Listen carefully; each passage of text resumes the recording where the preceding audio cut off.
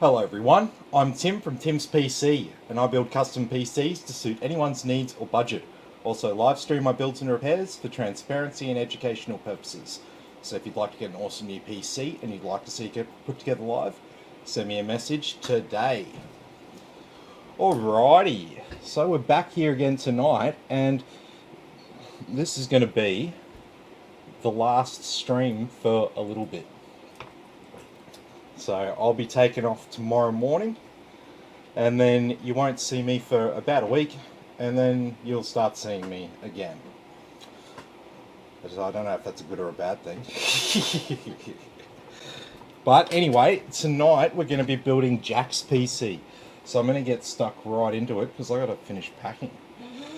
So we've got an i7 12700F 12-core 20-thread CPU. We got the Gigabyte B660 Gaming X AX, which means it's got Wi-Fi 6 and Bluetooth 5.1. We've got 32 gigabytes of Corsair memory. We've got a 1TB Samsung SSD. We've also got a 2TB Silicon Power SATA SSD. We got an RTX 3080 Ti MSI Ventus. We got a 1000 watt MSI power supply there. This unit here is a really good quality unit. It's 80 plus gold and it's got a 10-year warranty on it. And we've got an Aorus Waterforce 360 cooler, the same cooler as last night. And we're going to be putting in an Antec D800 Flux case. So a pretty solid build here tonight. So let's get stuck right into it.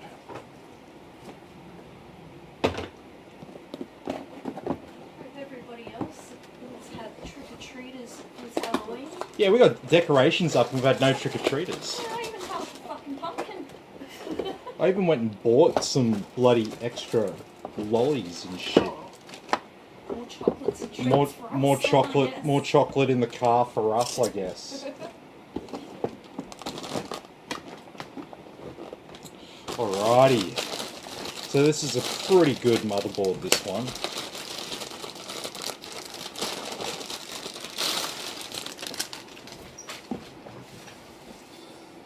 So we've got our LGA 1700 socket, nice heat sinks here on our MOSFET VRM coprocessors.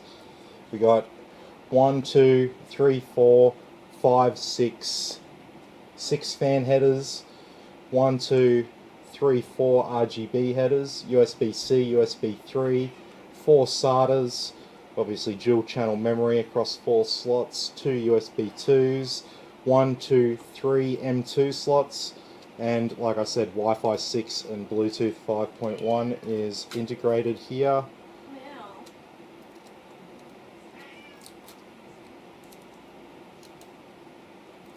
And they always love to cover all this in plastic. So, we'll put our M2 drive in first, and we'll use the slot that's going to get covered up by the graphics card. And then if Jack wants to install some more M2 storage down the line, he can. But he shouldn't have to because he's got a 2TB SATA SSD, so we'll have plenty of like bulk storage space for games and stuff. Yep. Who was that, sorry? Jack. Hey Jack, how you going? Yeah, so this is Jack's PC here tonight. If we've got the same Jack. We should do.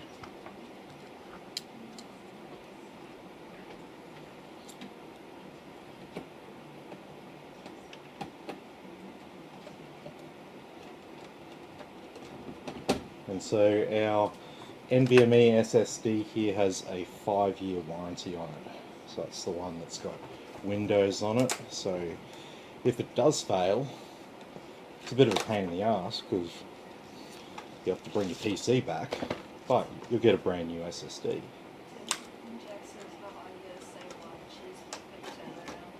Yeah, no worries. It just kind of worked out. I had like a bit of spare time here tonight. I was like, well, we can make that happen.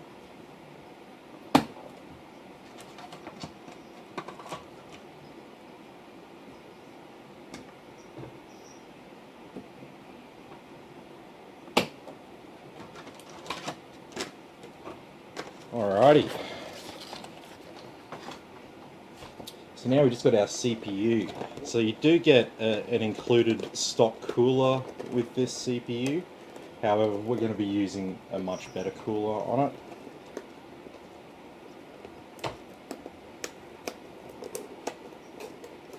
So, Yeah. first of all, she wants to know if it's worth an upgrading to 5600X from 3600X just for gaming. He's running a 2060 Oh. 40p 32-inch Not so much with a 2060. You wouldn't notice too much of an increase there. 5600X is a much better gaming CPU, but it sort of goes a bit better with like a 3080, if you know what I mean. If you had like a 3080 and a 3600, I would say yeah, definitely go the 5600. You'll notice a good little performance boost from that. But yeah, less so with just a 2060. Nicholas says good morning from the USA. Hey Nick, how you going? It's 20 past 5 over there, isn't it? Quarter past five, AM. so, or AM. Yeah, it would be too. It's 20 past 7 at night, isn't it? Yep.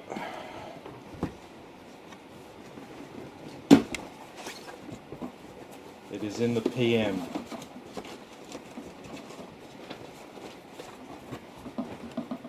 Oh. They give you a fair bit of packaging with these.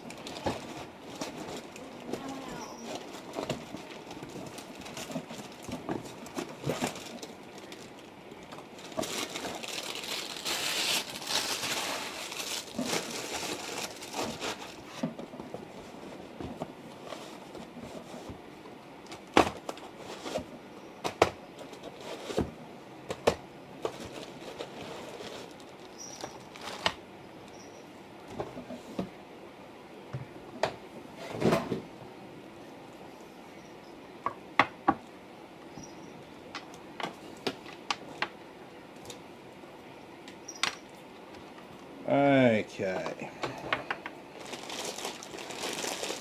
As per last night, same deal. We've got a bit of sticky that we need to remove here from the base of our cooler.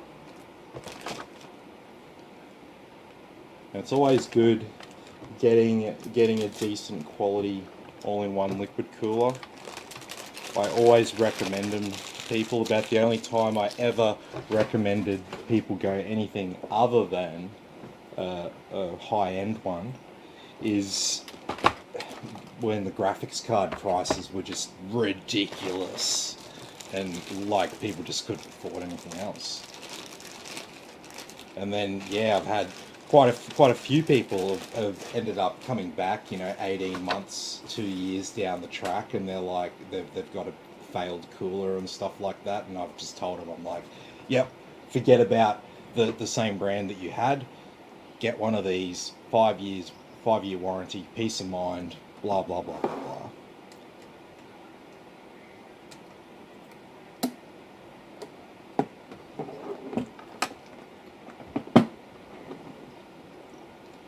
Alrighty, got that back plate there.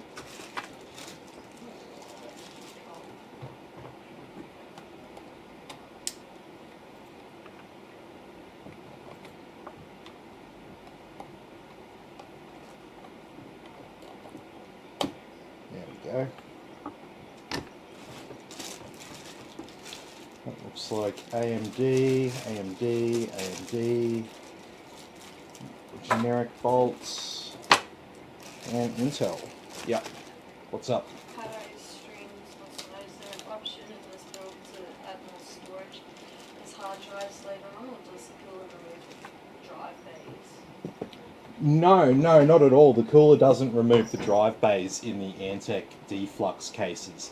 In fact, you can mount three 3.5-inch drives, and you can also mount three 2.5-inch drives at the same time. So you could have 6 SATA devices mounted inside this case, and a 360mm cooler. So it's a very, very good case in terms of compatibility, upgradability, etc. And that's why you'll see me use the Antec D Flux cases quite a lot. Basically, if people don't have too much of a case preference and they ask me to recommend something and their budget is enough for this case, this will be the case that they get recommended. Because if they don't have much of a preference, this case just ticks too many boxes. Price, performance, features, etc. It's also got an included 6-device fan and RGB controller that's addressable. So 5-volt RGB. There's the 3-pin, just to be super, super, super clear about it.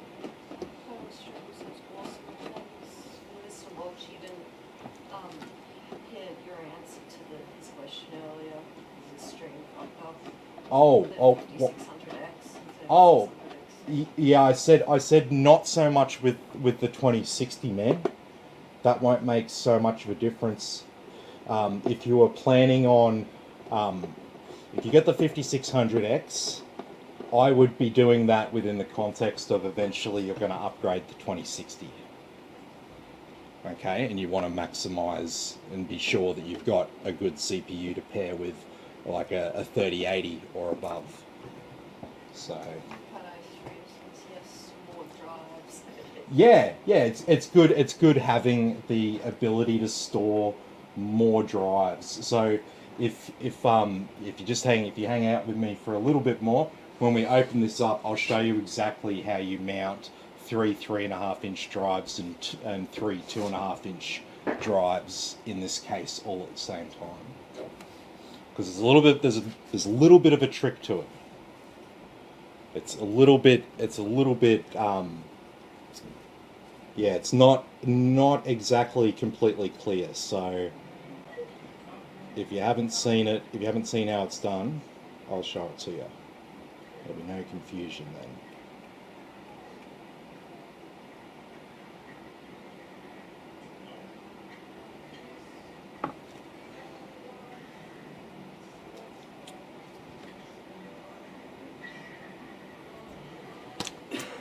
Alrighty. So as for our radiator,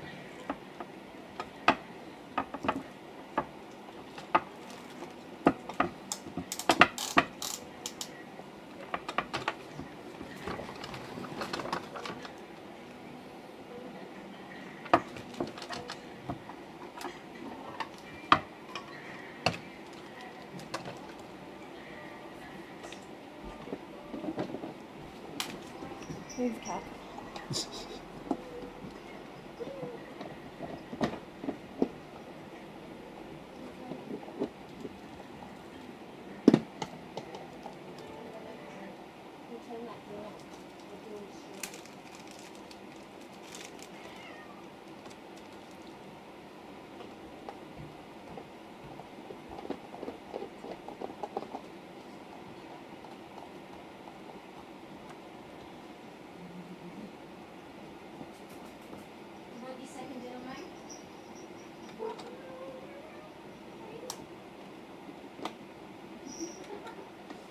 Salmon that I gave him earlier, he's got some on his nose and now the fur is like stained like orange.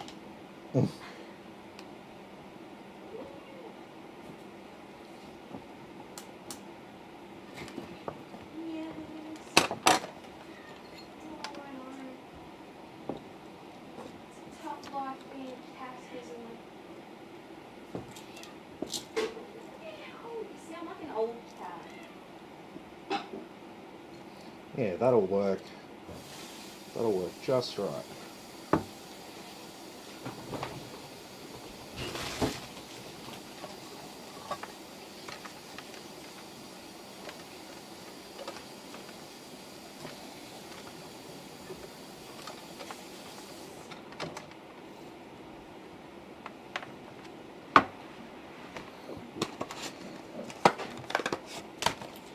Alrighty, so we got our 3 fans to attach to the cooler here. So these are our Gigabyte branded fans. So they just have the standard connections.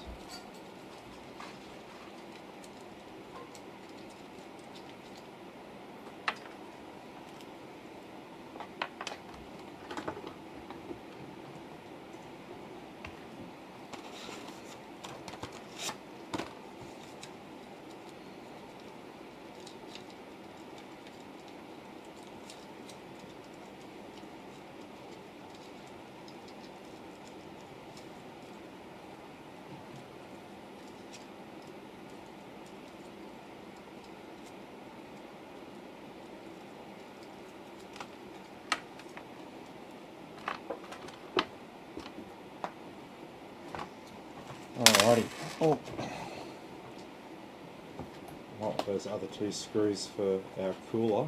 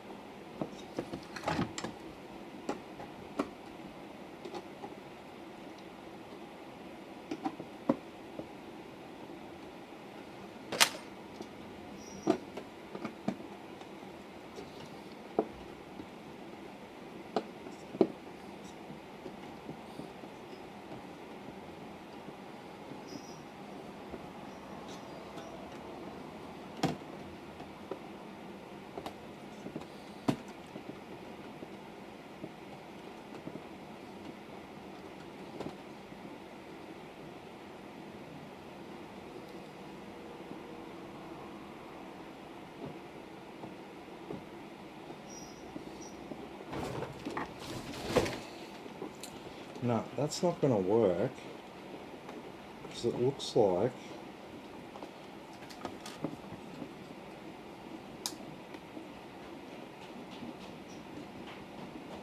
those pipes will just have to be positioned another way, because we're just not going to be able to make good contact.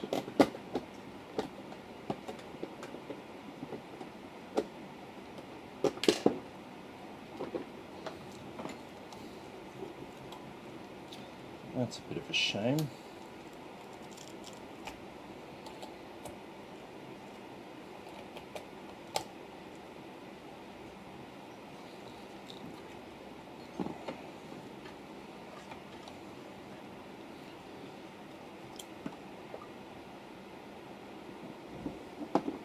Alright, take two.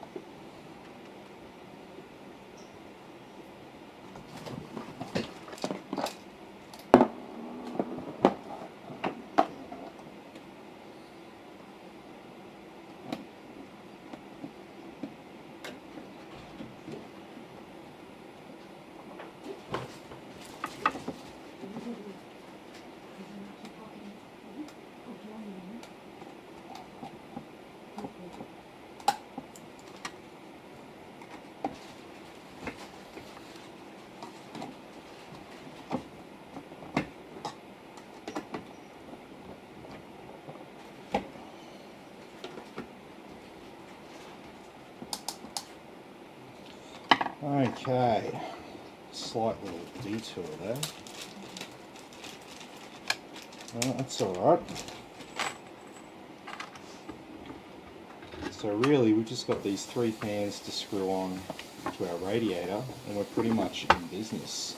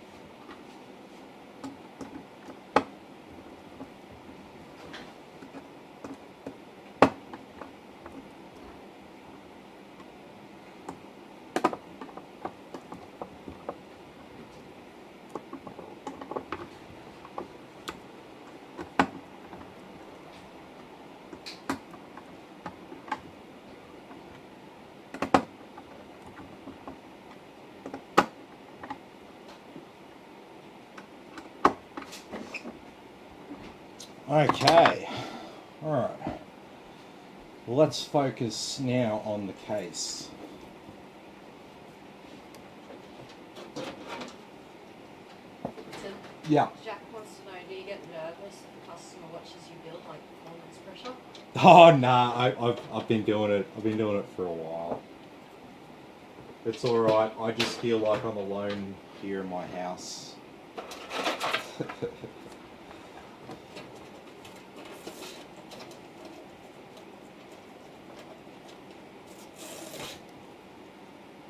I normally prefer people asking questions because I sort of run out of things to talk about building PCs like almost every night. Okay. So, like I said, you've got plenty of room for adding extra drives and stuff in this case. If you wanted to add hard drive storage. Had one guy just asking before about this case and about like installing the 360mm radiator and still being able to mount hard drives and stuff, which is an issue in some cases. Not an issue in this case. So I'm just taking these wire ties off these fans here that are pre-installed. Jack wants to know how to get into PCs. I was doing PCs as a side project pretty much my whole life, and then when COVID hit, things started getting a bit crazy, and so it started becoming my full-time gig. So it just sort of kind of happened. COVID hit, the amount of people buying PCs and getting into PCs just started to accelerate, and I was like, hey, said to my boss one day, I'm like, sorry mate, I'm gonna have to step away from the business. And yeah, that was the end of that. I've been doing it ever since. I enjoy doing it as a full-time thing. But I was always like, oh, nah, you can never make a full-time job out of just doing PCs and stuff like that. You know, it's always just like a side project thing. You have to get right into it and get a heap of business customers and provide support services and do all that to make ends meet. You can't just build PCs full time. But that's the day and age we're in now. PCs are no longer like a niche thing. You know, it used to be a pretty niche thing. Not everyone would have a computer. Like, you know, say if there was a group of 5 uni students all sharing a rental accommodation, it would be pretty normal for just one out of those 5 to have a PC, and the other ones just to, you know, just make do with what they have at university, or borrowing their friend's computer and stuff like that when they need to. Whereas these days it's like basically everyone needs their own computer. And although prices might seem like they've come come up. They've actually, if you take if you put like factor in inflation and stuff compared to 20 years ago, price is pretty good. So, alrighty. So, in this case, you can fit 3 3.5 inch drives and 3 2.5 inch drives. So the 2.5 inch ones, pretty easy to see, right? 1, 2, and these 4 holes here, number 3. And then up here, you've got 4 holes. That's for a hard drive, a 3.5 inch drive. And then you can see the drive tray down here. There's number 2. And then this chassis that this tray mounts into, if you remove these bolts on the bottom, that tray slides out, and with this tray removed, you can then mount a 3rd drive on top of that tray there. So you can fit 3 3.5 inch drives and 3 2.5 inch drives in this case. So it's pretty good.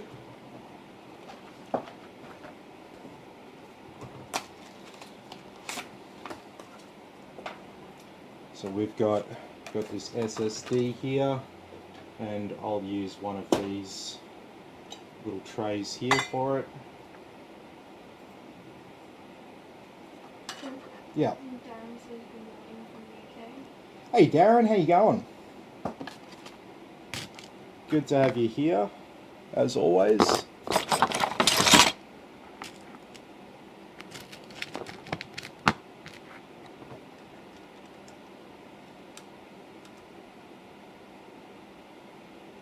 This is our 2.5 inch, sorry, this is our 2 terabyte SSD, I should say.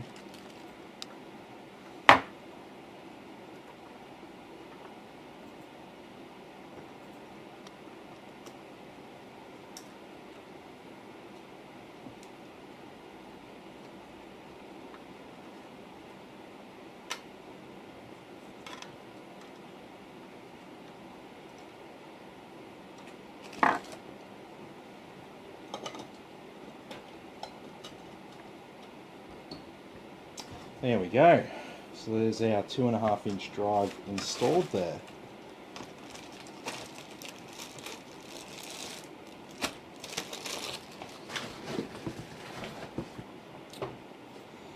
Okay. Well, let's get this this power supply sorted. Jack wants to know what's the biggest disaster you've ever had building a PC. Biggest disaster. Oh, yeah, okay. Biggest disaster building a PC was when I think I was 12 or 13, and I was so keen to get my computer built and switched on. I'd bought all my parts off eBay and stuff, which was the cool thing to do back in the day, 20 years ago. And being a 13-year-old kid, I just rushed ahead, and I didn't put the offsets down inside the case. And so I plugged in my motherboard, everything, power supply, and then I was like, oh, this stupid case doesn't quite line up at the back. Freaking stupid thing. Oh well, fuck it. I'll make do. Go and turn it on, and then bang. Shorts out and fries the motherboard. I think the RAM was okay. I think the CPU was okay, and I think the power supply was okay, but the motherboard was fucked. And so that was a pretty bad day for me. But it wasn't. I certainly wasn't. It wasn't someone else's PC I was working on. I was just a kid. It's one of those harsh lessons. It's probably the worst thing. Well, then other than that would probably be just random issues like data related issues. Like like someone hasn't had their data backed up, and then you know something's being deleted, or Windows was reinstalled and they didn't understand what they were potentially going to lose, and things like that, which is just like oh, you know, I thought you know had all this backed up, and miscommunication sort of things. So that's not really quite as bad, but yeah, that was certainly a fun day for me as a 13-year-old, because I didn't have any more money to get a new motherboard or anything. It was have to wait weeks now. Oh.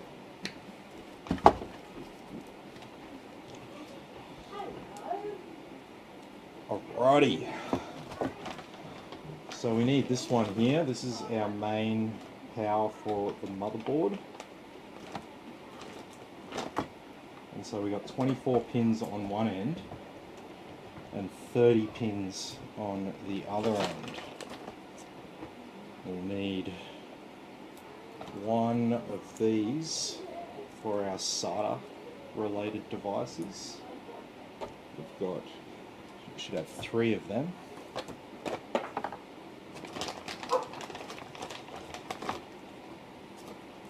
PCIe, CPU,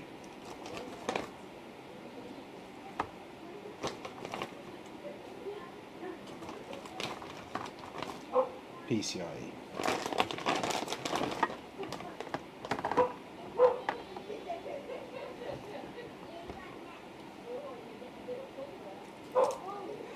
We got some trick-or-treaters downstairs. We got decorations up and food to give them so we don't get egged.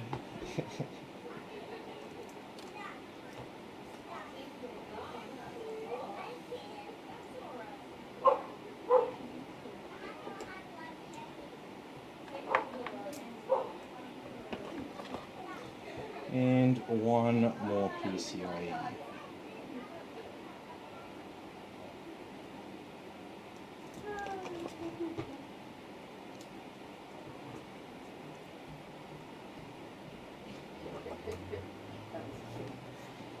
Only trick-or-treater, and I'm like, go for gold, kid, take as much as you want, and she like filled up 2 buckets.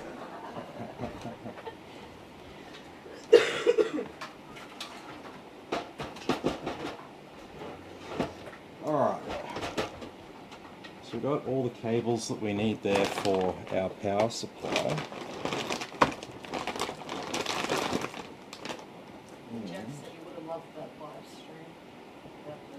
Oh yeah, that one. Well, that one wasn't live.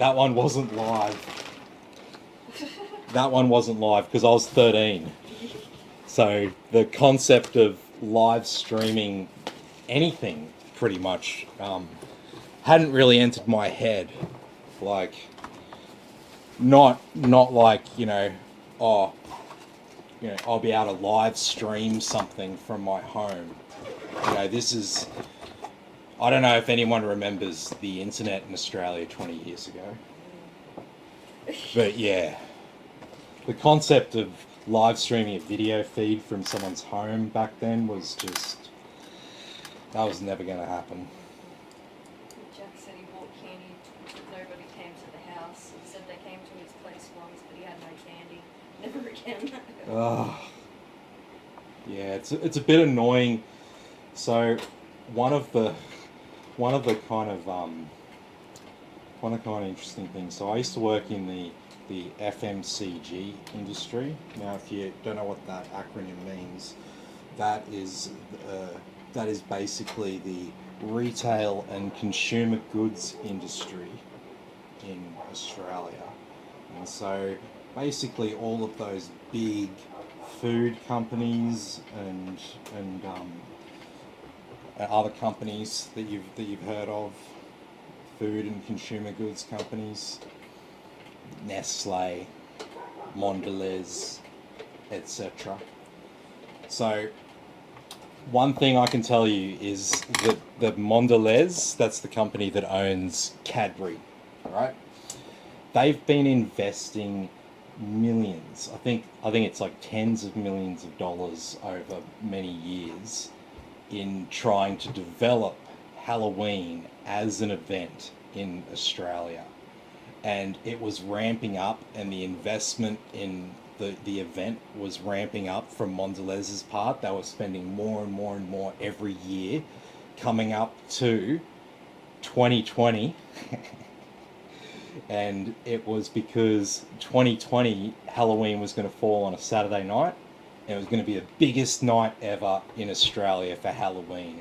It was going to be a huge deal. And COVID hit, and then not going to happen, and then the next year is a leap year. So it went from Sunday. Yeah. So So, Paul says, I love your channel, takes a lot to share your knowledge. Well done, I'm sure it gets you a lot of business.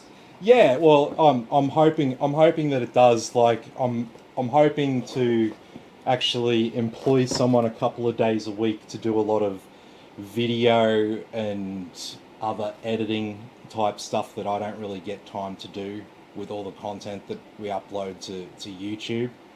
So, yeah, hopefully, you'll start seeing more videos and more content from me once I actually have a bit more time on my hands and stuff. So, alrighty. Well, we're all good. We're all good over here. We've got the power cables that we need installed. We've got our SSD installed. We've got all of our fans sort of tied away there.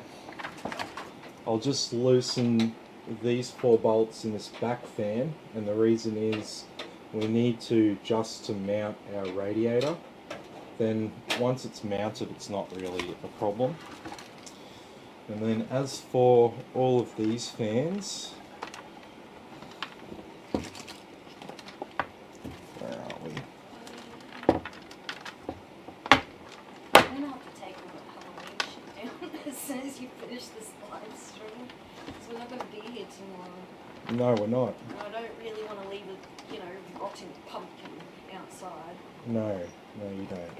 Not that we have squirrels that'll get into it, but No, but what have we got that will get into it? birds, Yeah, that's what I mean. stupid plovers, Yeah. stupid birds. Well, I have a vendetta against well, these things are fucked. see, they are what are they called? The something lacewing. Oh fuck, I can't even remember. The pied Yeah, lacewing? pied lacewing, that's it. Yes. Stupid bird. No, mast, isn't it? Because the headgear that they've got going on. Yeah, it could Mast be. lacewing, Yeah, that could be it. something like that. I don't know. Yeah. Darren's off for a few days. Ah, nice one. And yeah, so if you haven't heard, Darren, I'm off for a little bit of a road trip, and we're quitting smoking. So thought that if there's any chance of me quitting smoking, I need to get out of my house, I need to get out of my town, and I need to go and do completely non-normal things that I don't normally do when I smoke. The hardest thing will be for Christine, because the car is unfortunately somewhere that she does like to smoke. Yeah. However, for me, I've had sales rep jobs with company cars. I can't smoke in the car, so I'm used to driving around all day and not smoking in the car. It's not a problem to me. Yeah, well, I've never had the pleasure of a fucking company car. No, but if you do have a company car, you can't really smoke in it. No, So you can't. yeah, there's that. Alrighty. Well, let's get everything in the case now.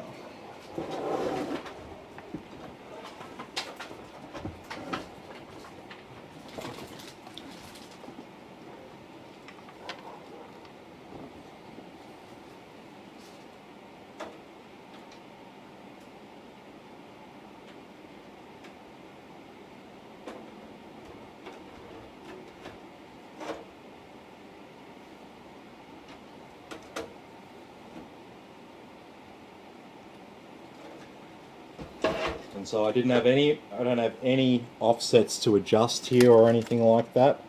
Definitely not making the mistake that I made when I was 13.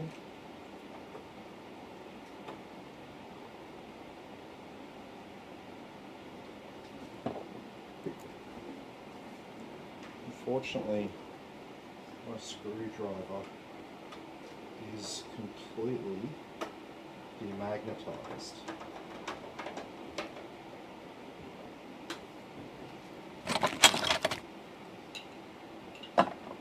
I'll just leave that there for a second.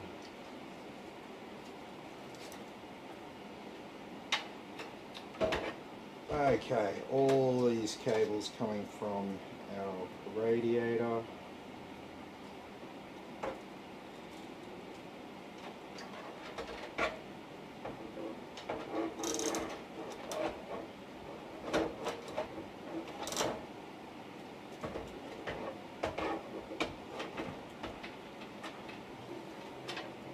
Well, that fan's going to get in the way. Seriously, it's going to get in the way, and it doesn't need to be there for the airflow dynamics. It just creates more noise, and if it's going to be in the way, It's an RGB one. no, it's just a plain black fan. You can mount it in the bottom position if you wanted to.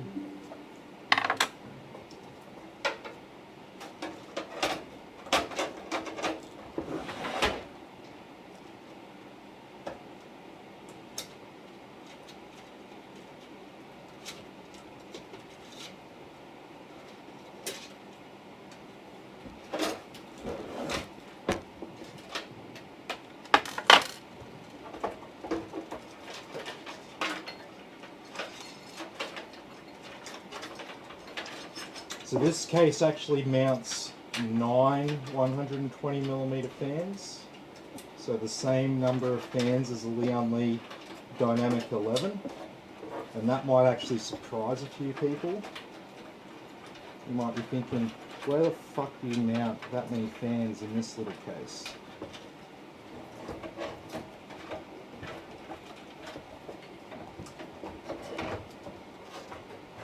Yeah. Wants to know, he's going to be building his son's PC with him. He's making him do it as a learning lesson. He wants to know, do you offer paid remote support service for installing software the best way? Yeah, so one of the things that I do offer that's a little bit unique is if you buy all your parts from me, you can buy the whole lot. You can buy the whole PC from me, and I ship it to you. And then when you build it, if you have any problems and you have any questions and you need some technical support and stuff, you can just call me up, and I'll answer the call and provide assistance to you. And that can be for the software, that can be for the hardware installation, it can be for anything, and yeah, anything in between. So that's something that a few people do. Like they want to get into building PCs, or they want to at least know enough to be able to build their own PC and stuff like that, and upgrade their PC. One of the best ways of doing it is by getting your parts from me, and then you have someone that you can call on instead of trying to do it all yourself that first time. So it only ends up costing you $100 or so more than the retail cost of the parts. So it's not a huge expense, and it's just good if you want that just want that peace of mind while you're building your PC for the first time. Especially good if you're buying it for like your son or your daughter to build a PC for the first time. You might be thinking as a parent, hey, that'd be a really good thing for my kid to know how to do. And you might want to you know, get them the parts so they can do that and give that a go. But you want to be able to actually, you know, ask some questions while you're doing it, because while, you know, nothing's super complicated or anything, you know, it's the same with like working on your own car. Working on a car, there's nothing super complicated about that, right? You don't need to have you don't need to have the craziest amount of knowledge on engines in the physics of internal combustion engines to do an oil change and change the filters and do all that kind of work, right? You might need a little bit more to build an engine from the ground up, but you need to know a little bit more than what I know to actually engineer all of the chips that you see on the motherboard and connect it all up. That's engineer level stuff. I'm not an engineer, okay? So just to give you an idea, that's why there's in the automotive industry you've got mechanics and then you've got engineers. Tim? Yeah. Jack wants to know how big of a deal is it if you drop a screw onto the motherboard or something? Oh, generally not a big deal. Generally not a big deal. Because you'd have to actually create a short between two circuits. So a lot of the stuff on the board might not even have much charge running through it, or the screw's not going to make contact between it and another conductive piece, creating a short. So Tim? yeah. Matthew says, my next PC I'm going to come to you, might have to hit you up for a quote. Yeah, no worries, man. No worries. So if you send me a message now, it might be, I'll try and get back to people while I'm away, but I won't be like sitting at my computer as such. So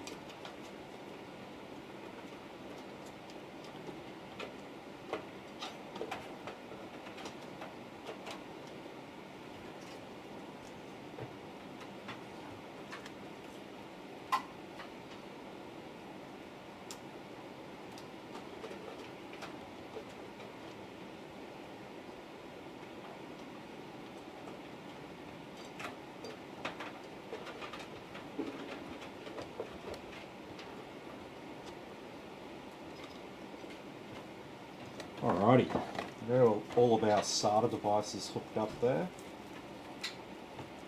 And so all this stuff here goes to the motherboard, and most of this stuff here goes to the motherboard. So starting with a CPU connector. Tim? Yeah.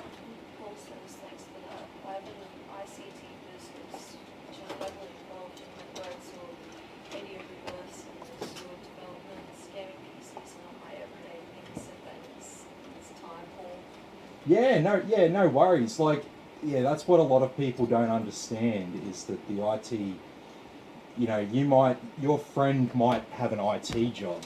Doesn't necessarily mean he's experienced at building PCs or knows everything about the latest parts of the new PC.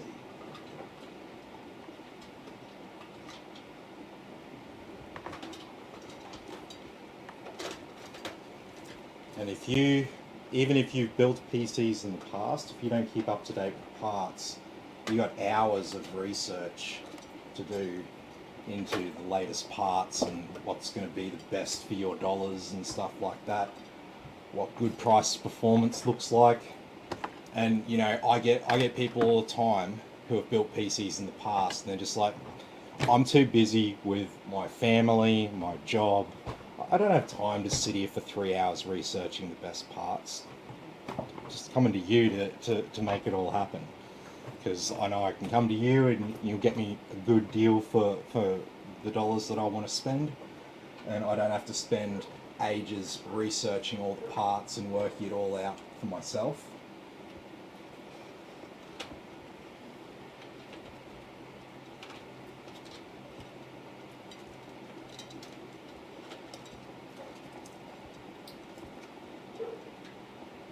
So yeah, no cable ties so far, other than just around the group of cables there, and one around the group of cables coming off the radiator there. And so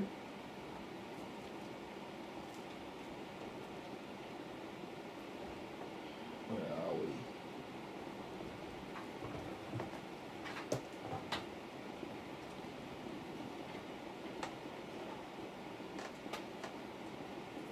Come on.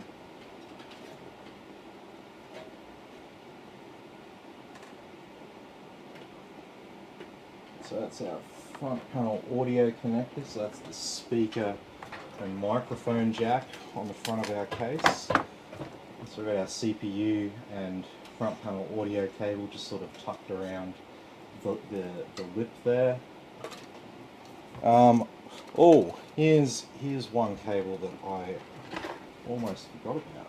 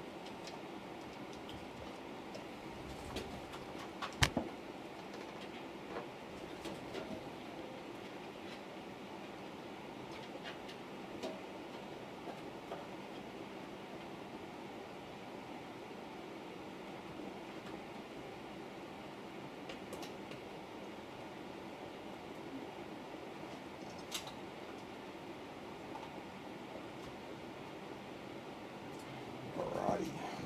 So that's our USB 2, so that controls our radiator because it's got an inline controller here. So we can plug in our fans and our RGB all in through here. So that simplifies our life a little bit. Alright.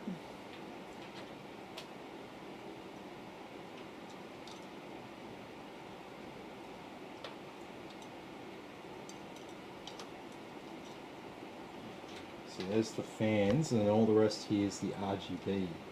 And so if you're wondering how these Aorus RGB controllers work, you've got a 3-pin male that's coming off the actual pump itself, and plug that in to one of the females, and then the male cable that's coming off that same fan that you plug the female in, plug the next female into that male header, and then once again male header, and then onto the female there, and then you should be left with one male header there as a spare. And then what you can do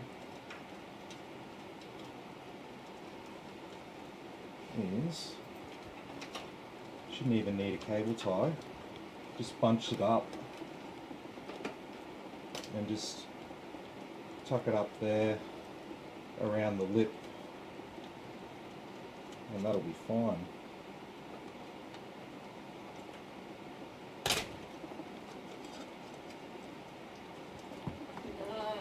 Miss Walsh says, hope there's no problem with the build, otherwise we're not going on holiday. Ah! Yes, we are. We're going no matter what. Oh yeah, we'll be going. We'll fix it up. Fix it up ASAP. There won't be any considerable delays. Plus, I mean, I'm very confident in the parts that we're using here tonight as well.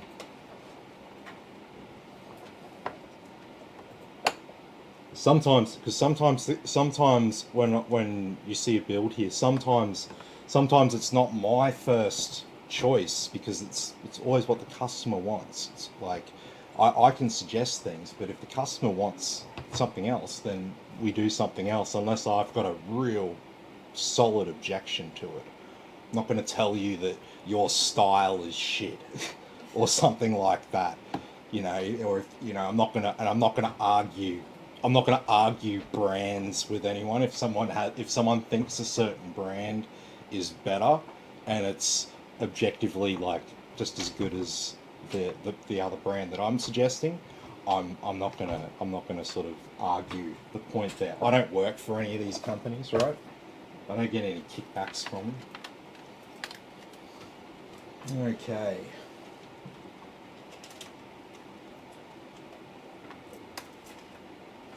And just a couple more. So these are our front panel connectors. So they'll go in down here. Once again, you can sort of just tuck the length of them around the side of the case, around the lip. And the reason why you don't want to do shitloads of cable ties, and the reason why I don't, is because if anything goes wrong, you don't have a shitload of cable ties to cut and then replace. They're all looking very, very, very tidy around front. And then if it's a little bit messier around back, that's okay, as long as it's going to be really, really simple to work on in the future.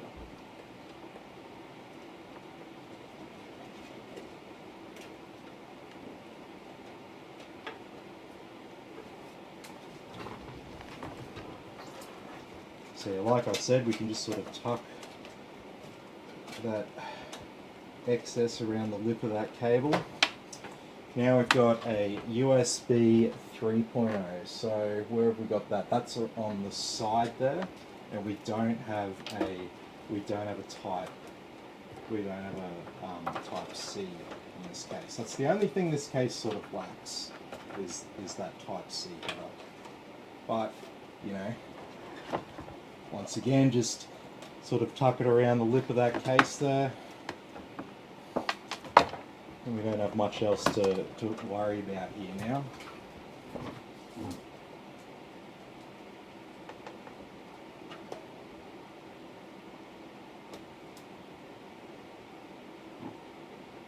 There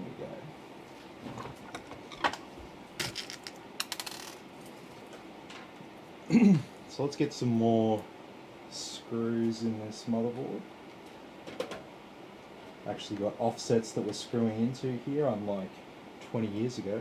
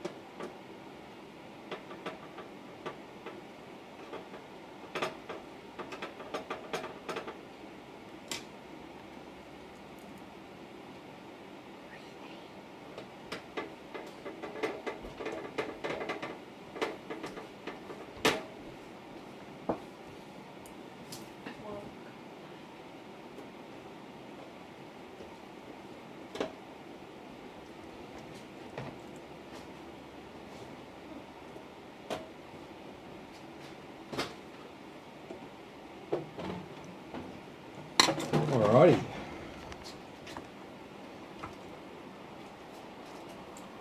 So we've got all of those. Oh, we're gonna be packing it away.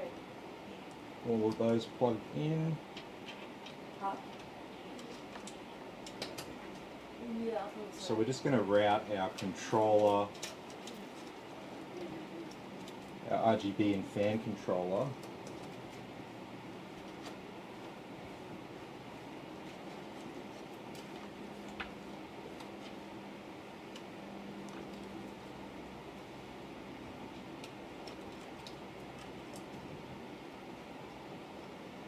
And these are just going straight for our CPU.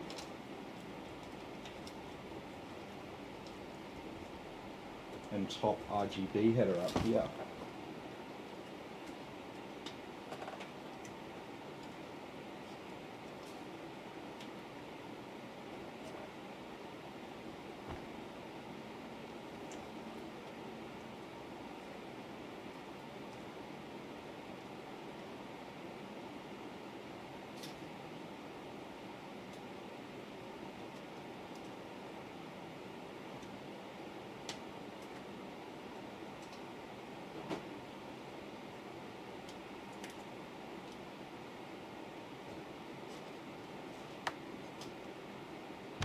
There we go. That's looking pretty good. Oh, they've just fallen out there. So don't worry too much, because once I get the back panel on this, all the cables will get pressed down and they're just going to stay in place. Alrighty. So we just got our graphics card and our motherboard power cable. So motherboard.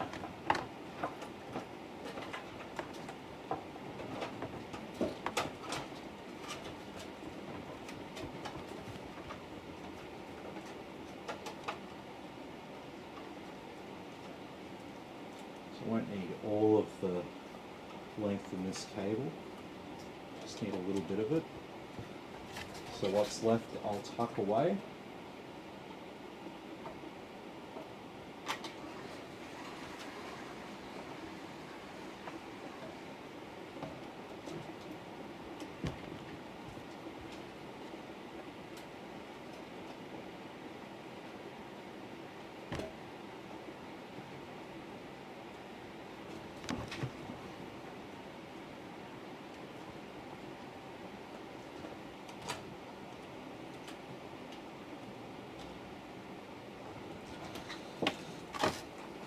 Okay.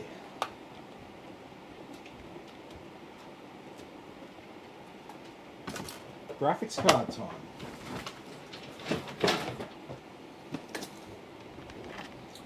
Alright, so we're using slots 2 and 3.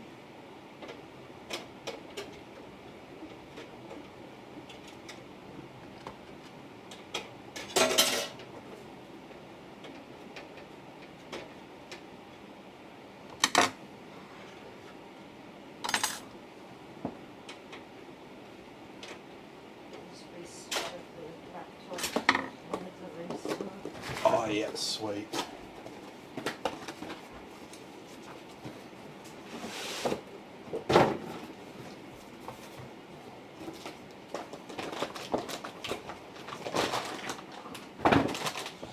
Alrighty. It is graphics card time. The heart and soul of our gaming PC.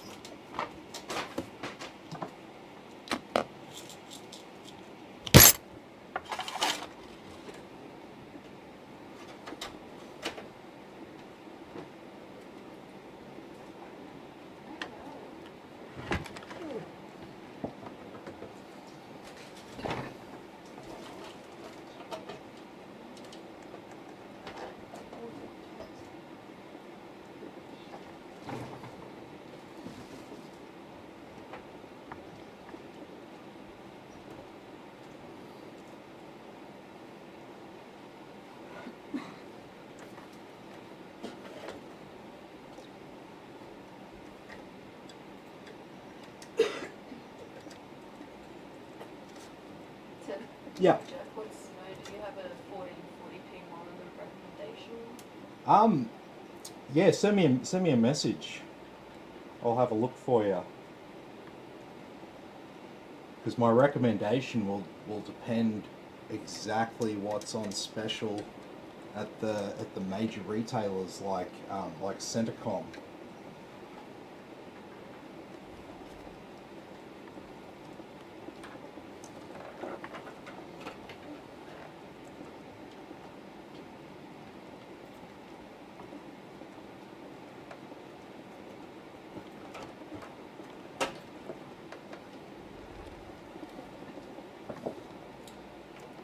There we go. That's looking nice and clean.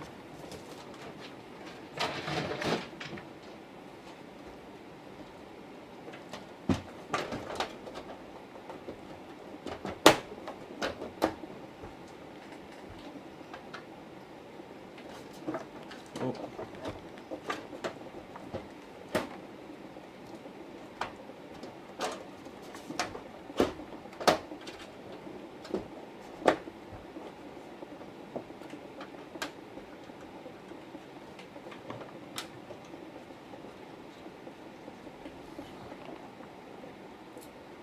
Sweet as.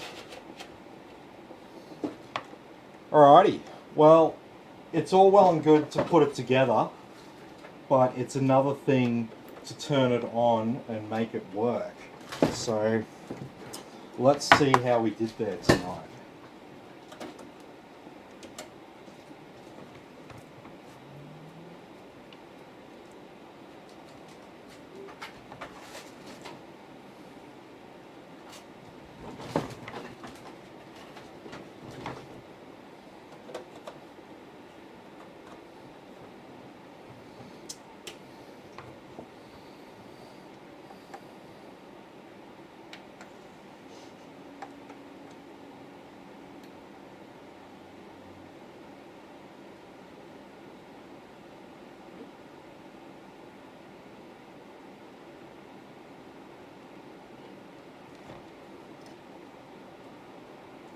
There we go. I was like, where's our pump? Where's the lights on our radiator?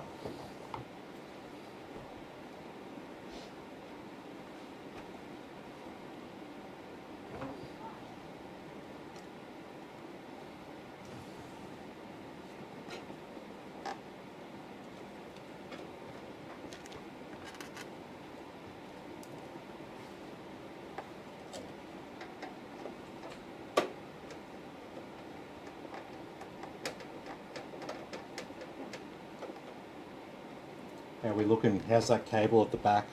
Oh shit.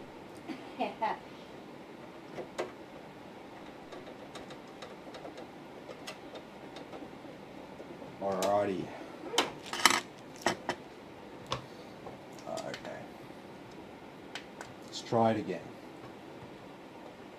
Because it wasn't detecting an output. Alrighty. So when you get your PC, you plug everything, plug your monitor into the graphics card. It's the most common mistake. It's such a common mistake that I'm actually going to get some stickers made up to stick on the back of everyone's computer, just so people know.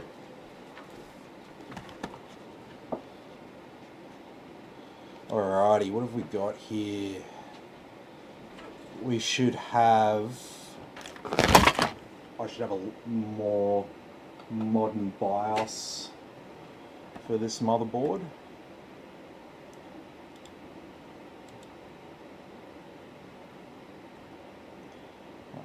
B660 Gaming X DDR4 F20A, that looks like a winner. And it is a winner.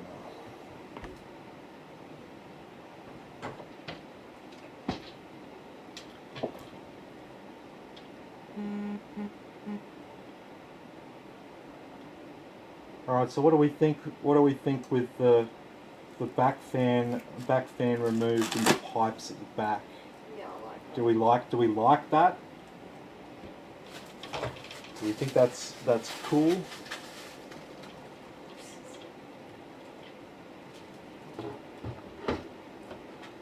I'm trying to do some things just a little bit differently to add a little bit of variety, as long as it's not going to I like impact. it because it doesn't cover up the RAM. Yeah. Yeah, that's what I figured. And that fan at the back in this build, when we've got a 360mm radiator, is a little bit redundant. So if you're wondering what I'm talking about, so we've got 1, 2, 3 120mm fans, and then we've got 1, 2, 3 120mm fans on the radiator. So these three are blowing cool air into the case, and these three 120 fans are blowing heat out the top through the radiator. So basically we've got nice balanced airflow in this case. 3 fans blowing in, 3 fans blowing out. So in this scenario, that fan at the back there is kind of redundant. It's helpful if you've got an air-cooled CPU to have a little bit more airflow around there. But we've got the 3 fans at the top. There's plenty of airflow around there on the heatsink, on the MOSFET VRM coprocessors. That's those heat sinks that's around the CPU there.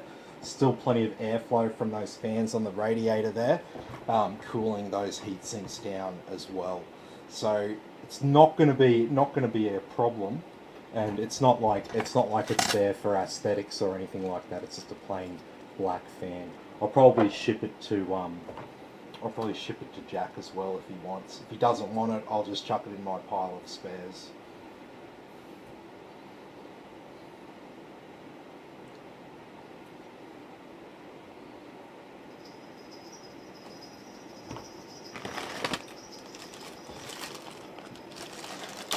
But yes, you got Wi-Fi and Bluetooth built into the motherboard there, so you get a little magnetic Wi-Fi antenna.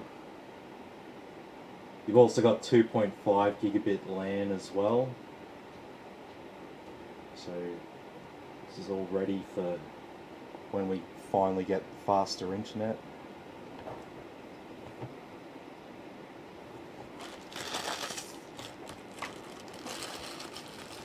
So I can't get more than 1,000. Tried. Have to be somewhere else. Yeah. Jack says I defer to the expert, so long as she runs cool. Yeah, yeah.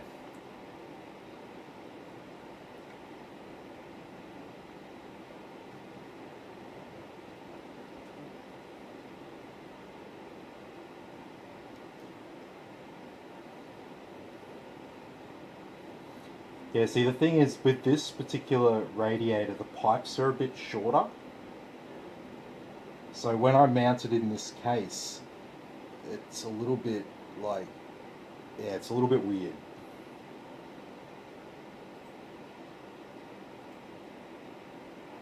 But I think this might be a bit better. I think it looks better.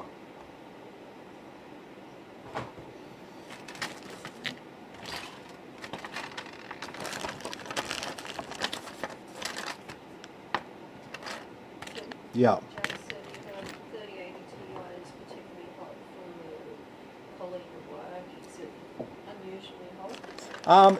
It's fairly hot because it is the TI version, but I wouldn't say it's unusually hot. I mean, I always put in a custom fan curve on my PCs, so the fans on your graphics card will definitely start to work well before it's getting too hot. And I mean, like, I do the stress test on them all anyway, so generally pretty good.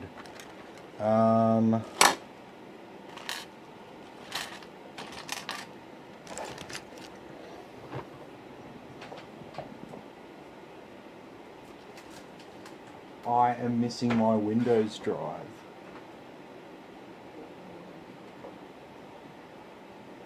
Christine's size. I don't know where it is.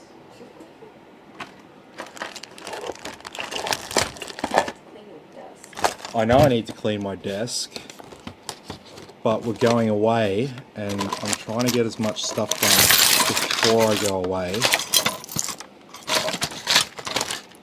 So the priority has not really been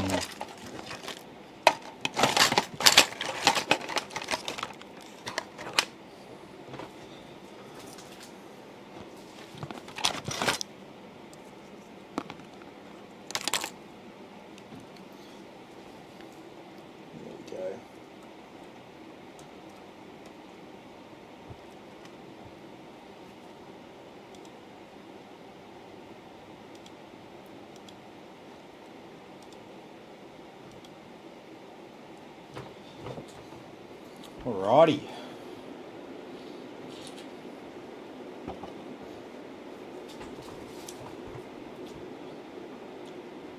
Let's get a move on.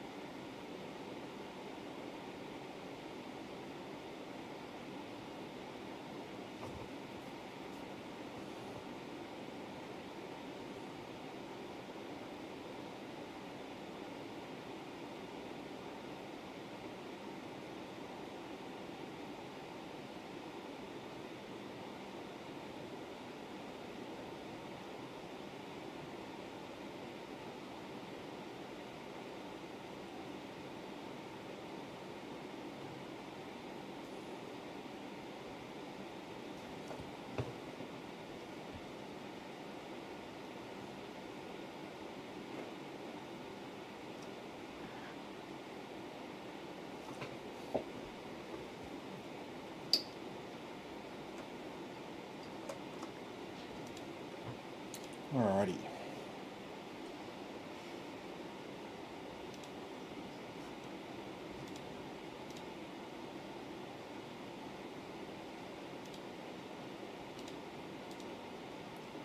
Okay, that's just my SSD there. Oh, I did forget something. We've got our other SSD. Now, can I get that plugged in without taking the glass off? Let's see.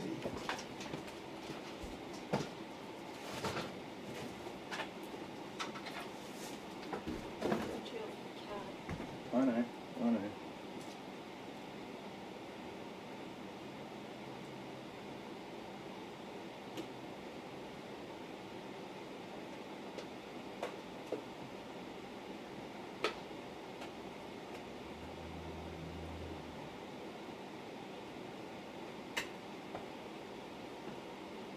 There we go.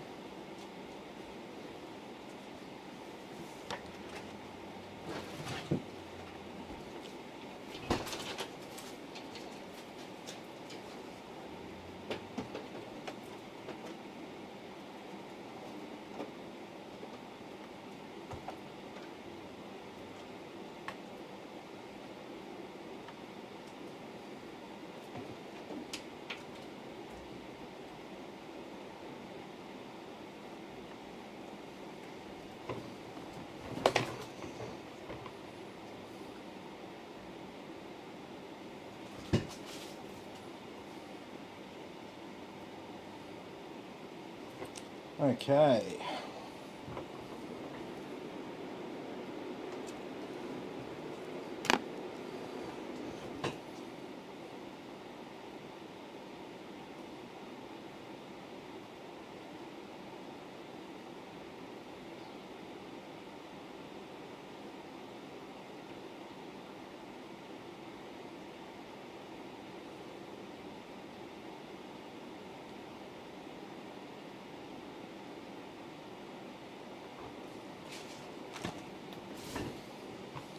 Alrighty.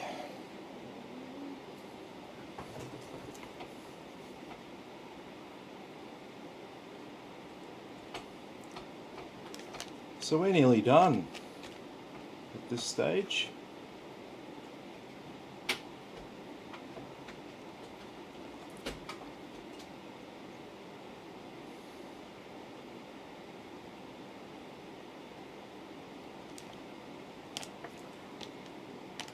So all we've got left to do is we'll get some basic software installed, we'll run some gaming benchmarks on it, and then we'll do the stress test, and then that's pretty much all she wrote.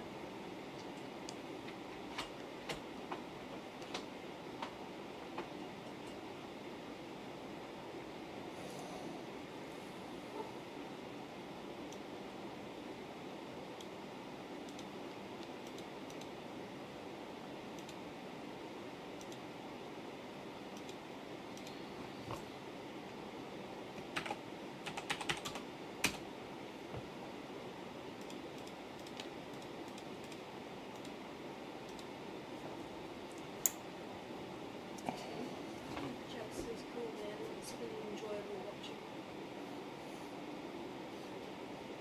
Sweet as.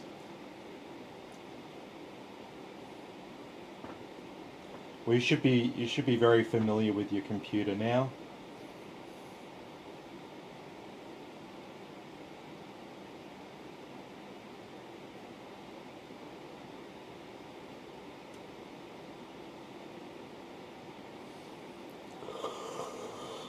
Oh. Yep. I'm gonna have dinner and go to bed so I can get up as soon as the sun rises, because I know I will. And just get in the fucking car and go. Mm-hmm. Jack wants to know what made you get into the live streaming game. A customer. Yeah, so a customer was really keen to get their PC built, and they wanted me to take all these photos. And I was like, nah, how about I just live stream it, man? I can't be bothered stopping what I'm doing while I'm building a PC and doing all that. So I was just like, yeah, let's just do this.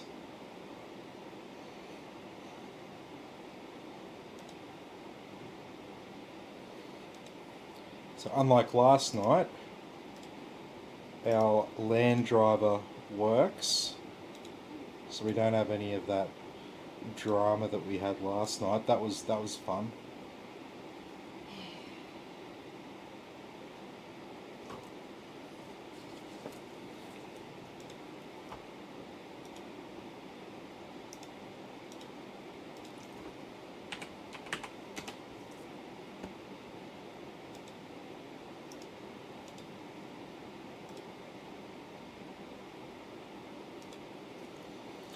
Alrighty, so download 22H2, which is the latest version of Windows. And then yeah, you can upgrade to Windows 11. It's a free upgrade. You just do it from within Windows. Windows will ask you if you want to upgrade to 11 or not. It's up to you. So I always install Windows 10 because just for compatibility issues, that there are still problems with 11. 97.5% of users are completely fine. No issues at all.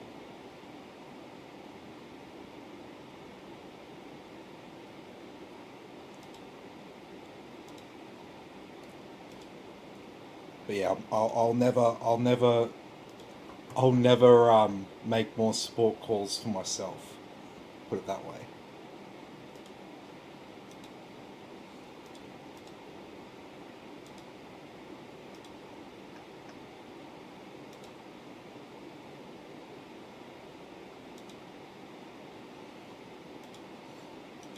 Okay, so let's get some other software going on. That's our graphics card driver. You can see the screen resolution's changed there. So put down some custom desktop icons so I don't make a mess of the place.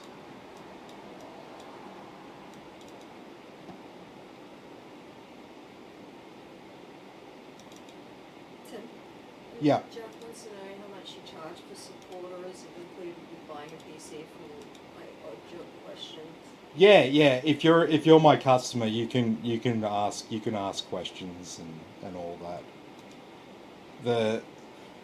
The point where I draw the line is like there's asking questions, and then there's like getting me to like educate you about a certain thing, or like I'll provide like general sort of advice and stuff like that, but obviously I don't have time to like teach everyone everything about how to use Windows or something like that. You know, you'll have to sort of do that on your own. But like if you've got a question, if something you don't know how to do something basic and it's just a simple answer, then yeah, that's no problem at all. It's when the answer requires several paragraphs of explaining and stuff like that, then yeah, I'm sure you can understand. I'm just one person, so there's only so much I can do in a day.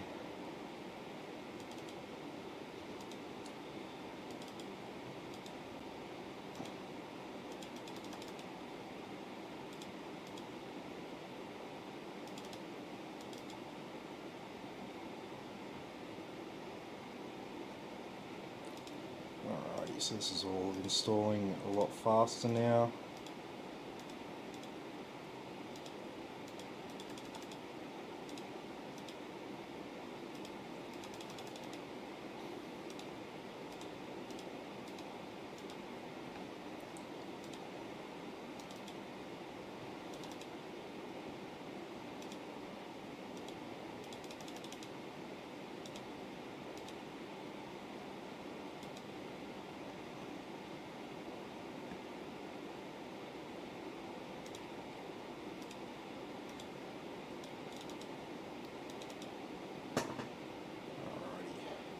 So GeForce Experience, that allows you to keep your graphics card drivers up to date, because they change things all the time and release updates to games and stuff, and then you need to install a new driver on your end for stability. Yep.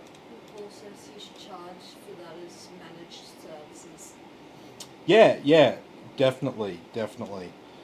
My problem right now is I just don't have enough hours in the day, but hopefully in the future that changes.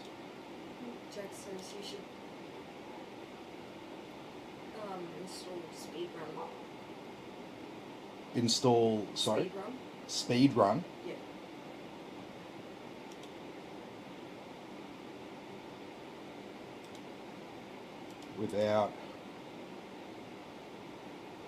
Without sounding too ignorant, I'm not fully sure what app you're talking about.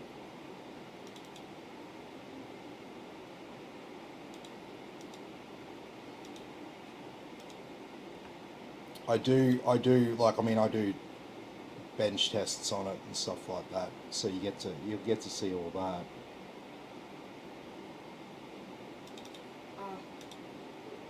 Have you ever timed it to install apps? That kind of speed run. Yeah, I could. I mean, I've thought about making an app that'll just go and install all this shit for me. That'd be great. But the problem is updating the app whenever there's new bits of software, because they update all this software frequently. So that's the problem. But something that I can definitely look at some stage.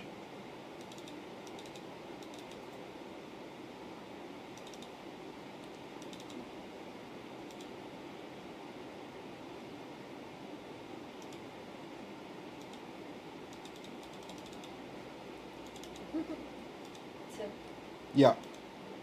Heart Like a Sky says, running Windows 11 22H2 on an Intel 7 processor from '09. Not one problem yet.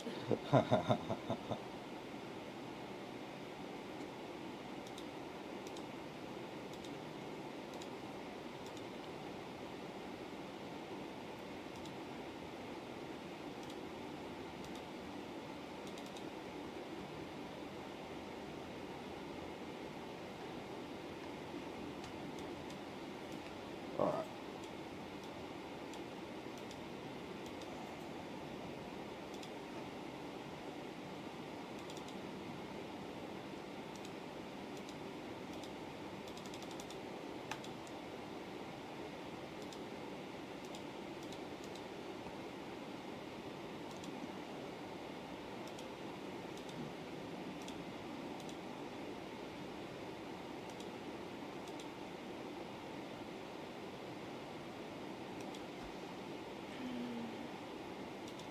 Alright, looks like there's a problem with MSI Afterburner again.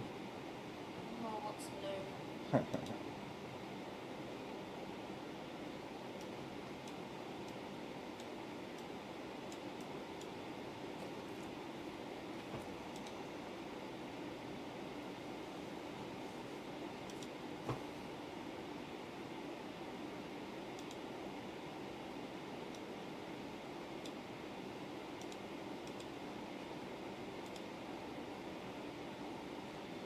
But everything else that we need is all installed.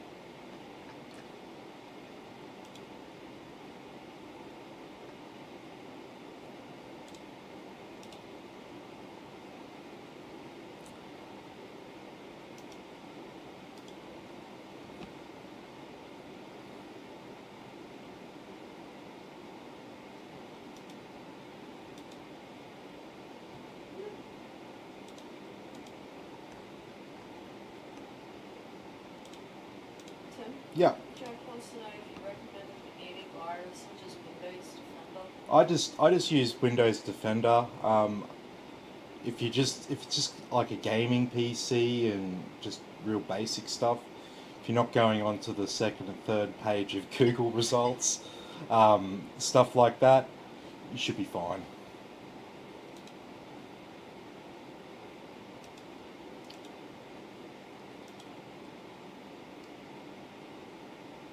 If you're running a business off your computer, if you have sensitive stuff and you want to help keep that more secure and stuff, you can use an internet security app. I can make a suggestion of a good one that I use if that makes sense for you. But if you're just gaming on it and stuff like that, yeah, it would just be wasted money for most cases. My advice to people is just always have your data backed up. Have an offline and off-site backup for everything important. And then if anything happens, you can just delete everything and reinstall Windows. And then it's like, oh well, it's taken me an hour or so to fix it up, but it doesn't matter. Because they can't really hurt you if you're happy to just delete everything and start over. In most cases, that is. All right, so we're nearly done around here. So we've got our 1 terabyte SSD there, but we've got another one.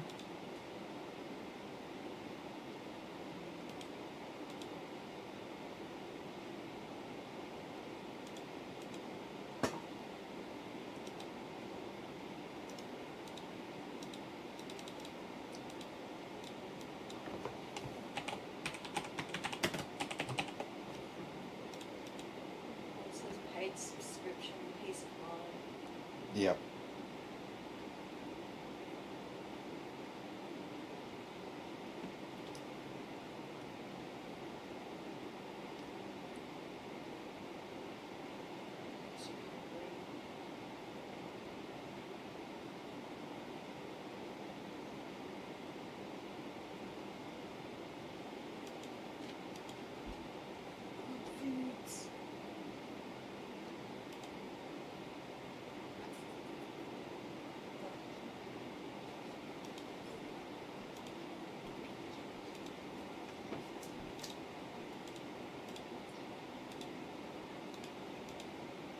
Alrighty, let's set up MSI Afterburner here quickly.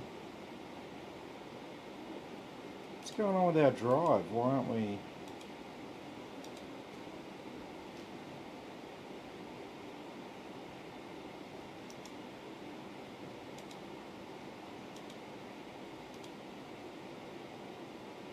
Oh.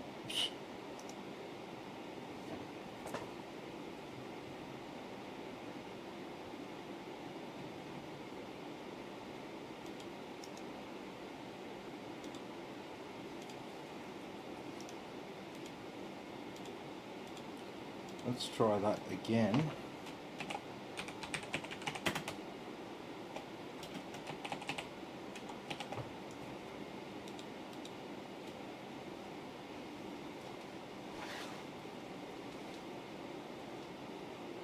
Oh, fuck's sake.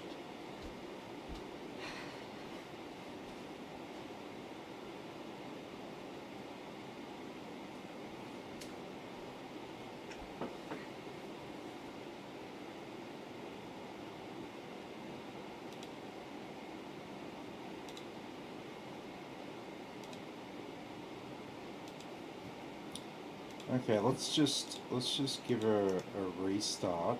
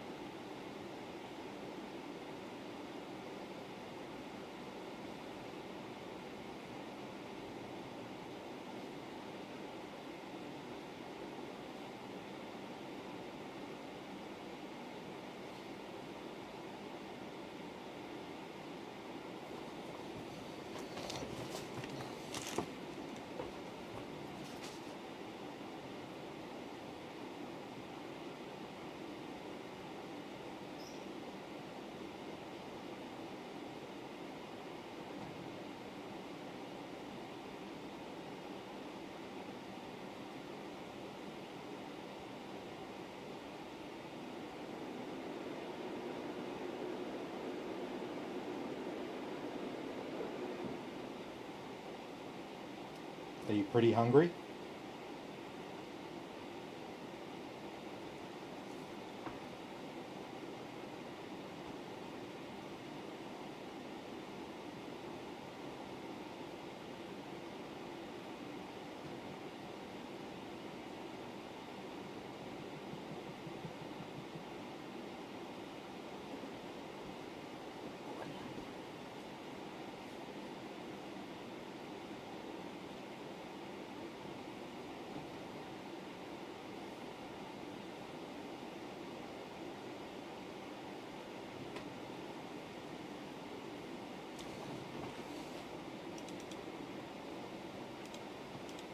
Okay.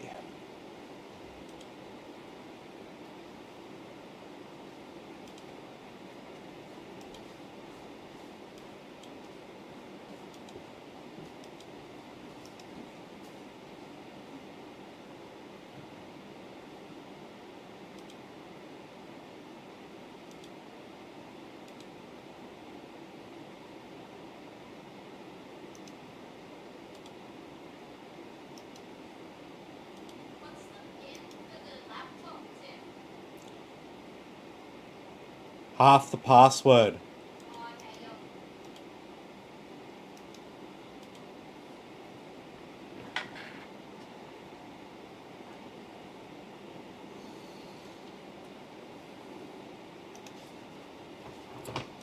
Hmm.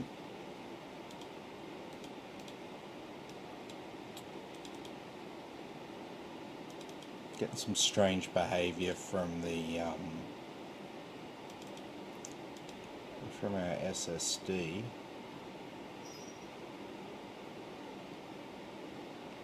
I mean, it's showing up here, no worries.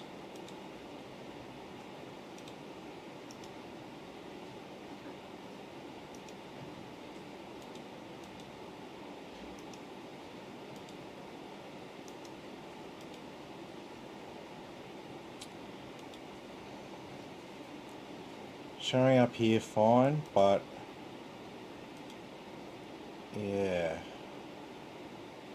I don't believe so.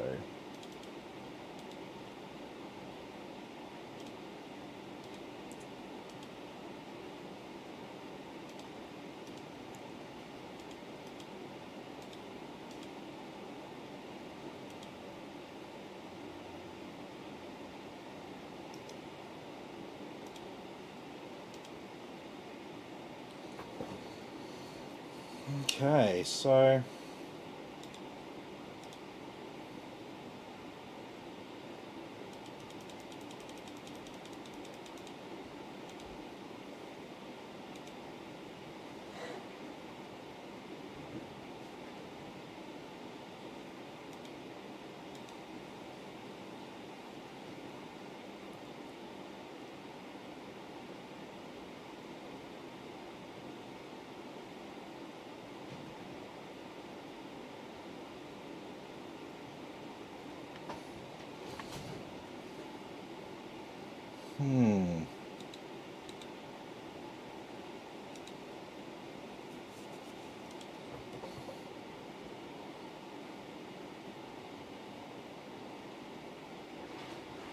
it's a little bit strange.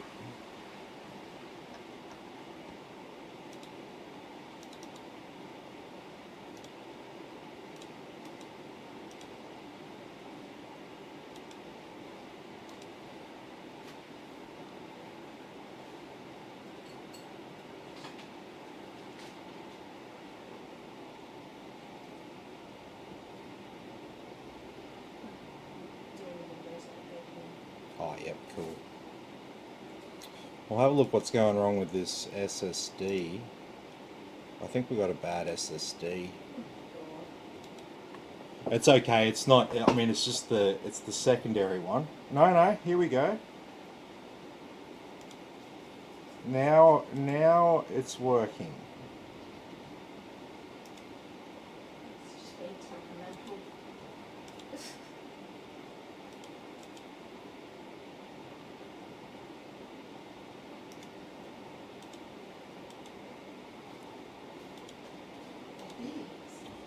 Yeah, it was being very temperamental.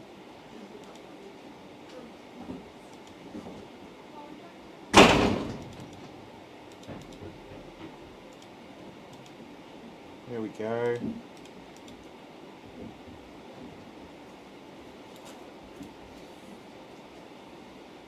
Let's just do a little bit more of a deep dive onto our storage device here. Yep, seems to be performing as expected.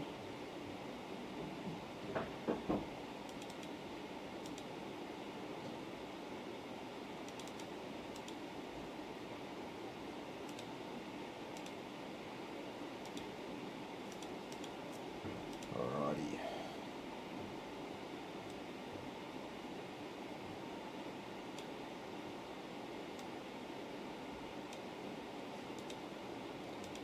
Alright.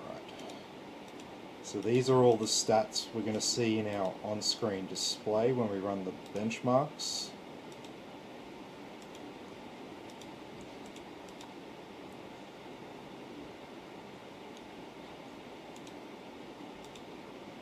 Couldn't do this, weren't doing this 20 years ago.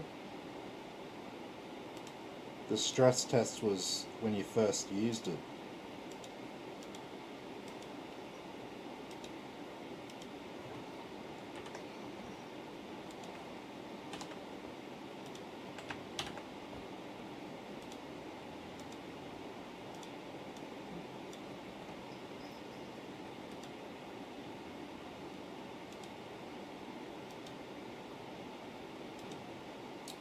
Very good. Well, that's running as expected.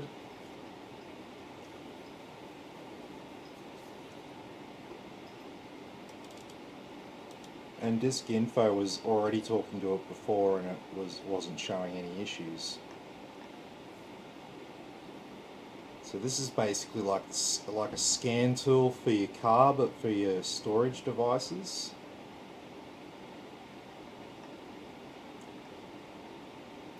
And so some of the ones you want to see as 0, reallocated sectors count,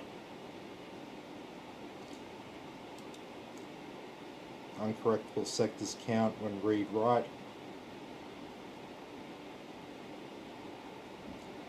reallocated event count, pending sectors count. Whereas, you know, some of these other stats here, power cycle count, that's how many times it's turned on. Doesn't matter. You know, like remaining life. 100%. Same with our other one. And so our other one is our fast SSD. So install the games that you play most frequently on C drive and everything else on the D drive, because it'll load just a little bit faster off the C drive. Not a huge difference, but a little bit of a difference. Alrighty.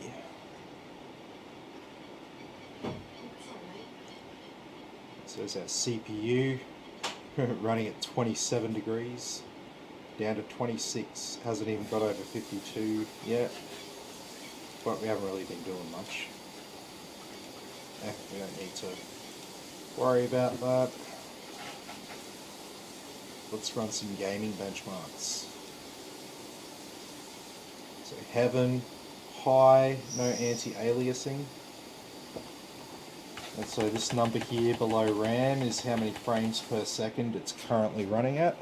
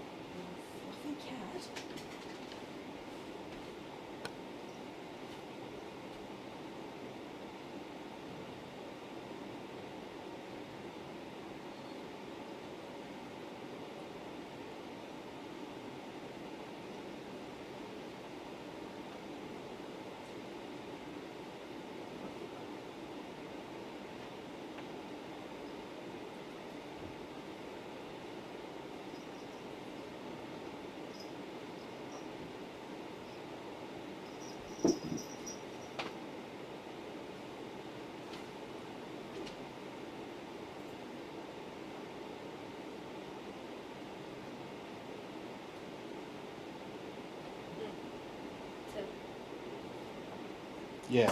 Like this guy says here, I probably should look at updating my PC. That's why I come here when I decide what I need the new PC for. You'll be my go-to purchase. Ah, awesome, man. Appreciate that.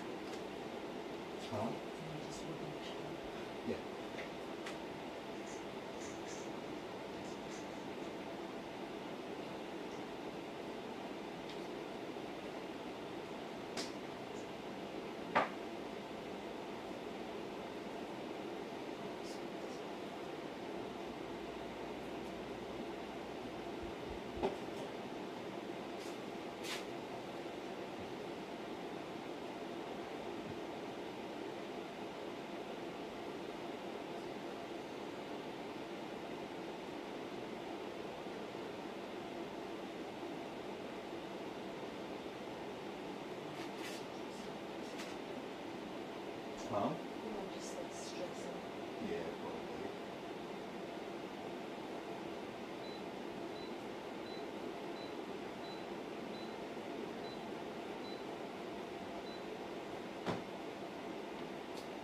Seems like it makes me it's like shirts and bits of stuff around Oh, bloody hell. non-web, what web.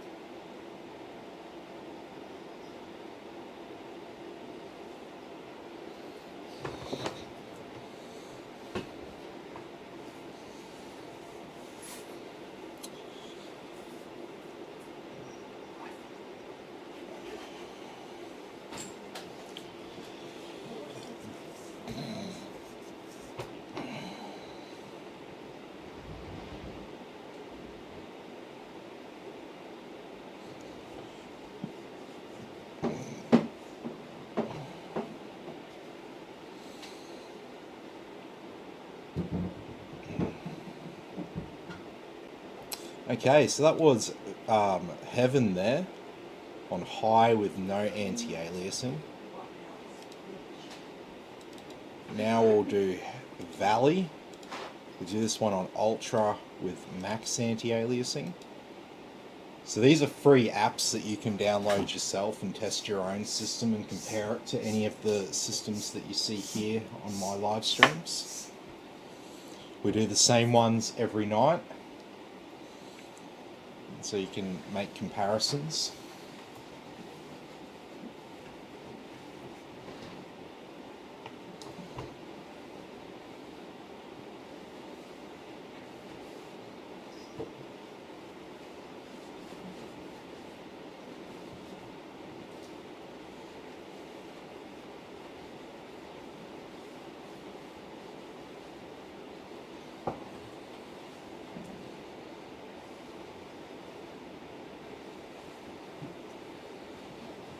One thing I'm doing before we go away is I'm having a haircut. Has to happen. Yeah. Because otherwise by the time we get back you'll be a caveman. Yep. Another week of this and yeah, I'll be definitely looking like a caveman.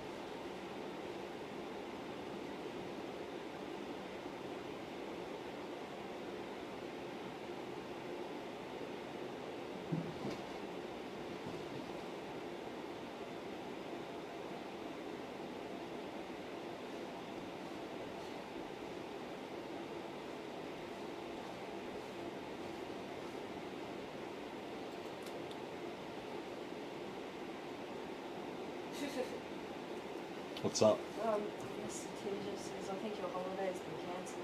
Haha, no. We're all good. The SSD was fine.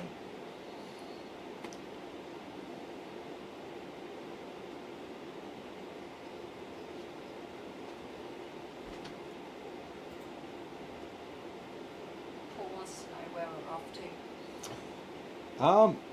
to. We are going on a road trip down the south coast of Australia, and we're driving down the coast as close as possible to the coast the entire time. So yeah, I'll post a link to my personal YouTube channel and we'll upload some videos and stuff there.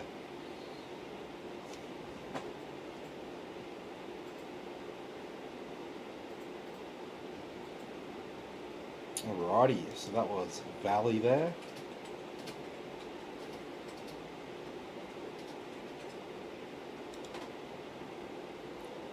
And then the final one we run is our 4K benchmark.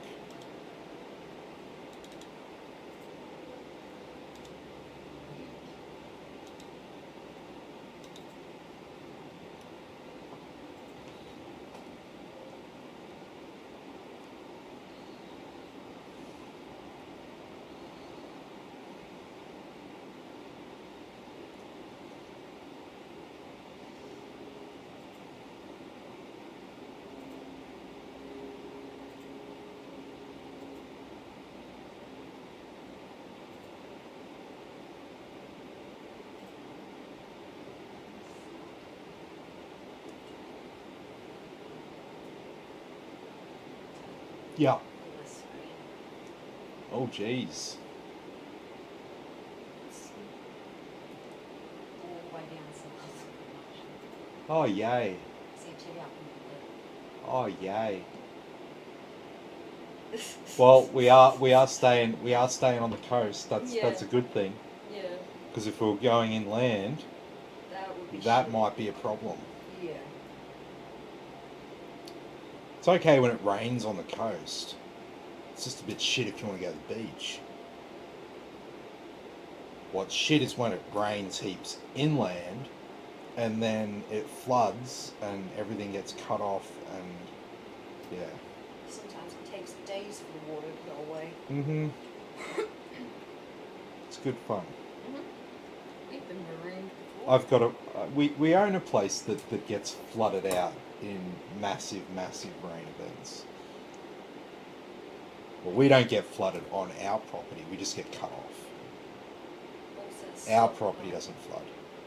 Paul said stop at Port Stevens and Newcastle. Yes, yep, definitely. Definitely. They are on the agenda. Staying a couple of nights at Alana. Yeah, we'll see. We haven't booked anything, so like we'll see where we go and where we end up. We don't really want to have too much of a solid itinerary because we're not sure exactly how long it's going to take to get down and exactly what roads are going to be open and stuff. Like we've got a four wheel drive, but you know certain tracks aren't going to be open to the public. So we'll have to see where we can and can't go, basically. But yeah, it'll be good fun, and yeah, we're quitting smoking. We're doing this as, you know, something to keep us occupied, so we're not just sitting around going, "I want to smoke."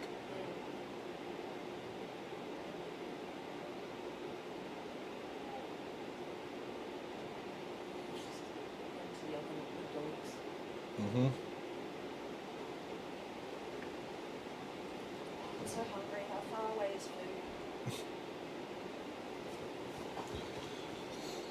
Not far.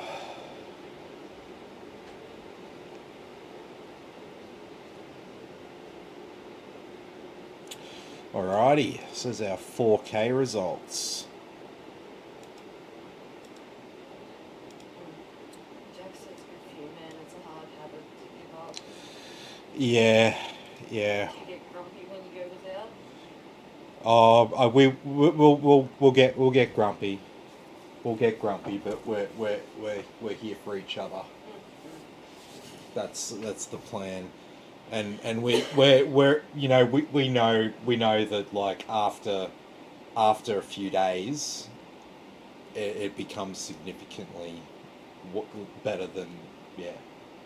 It's pretty much those first 2 days that are the worst.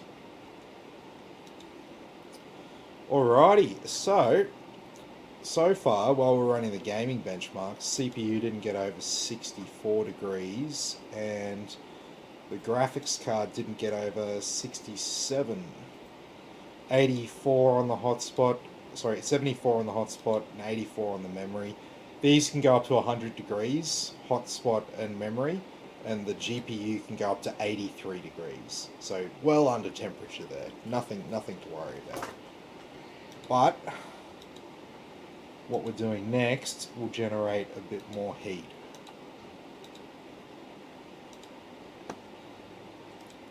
So this is the end of the night now. This is where we do the final stress test. So it goes for 90 minutes, and I don't stay live for the whole thing because that would just be really, really boring.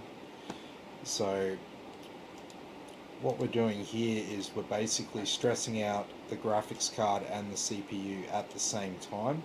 See, normally when you're gaming, you're using the graphics card 100%, but you never use the CPU 100% at the same time. So what we're doing here is a synthetic load. It's a synthetic stress test. It's designed to push the system, get a lot of power flowing through it, get a lot of heat generated, and if it survives the stress test and doesn't overheat, then there's nothing that you'll do on your end that'll make it overheat.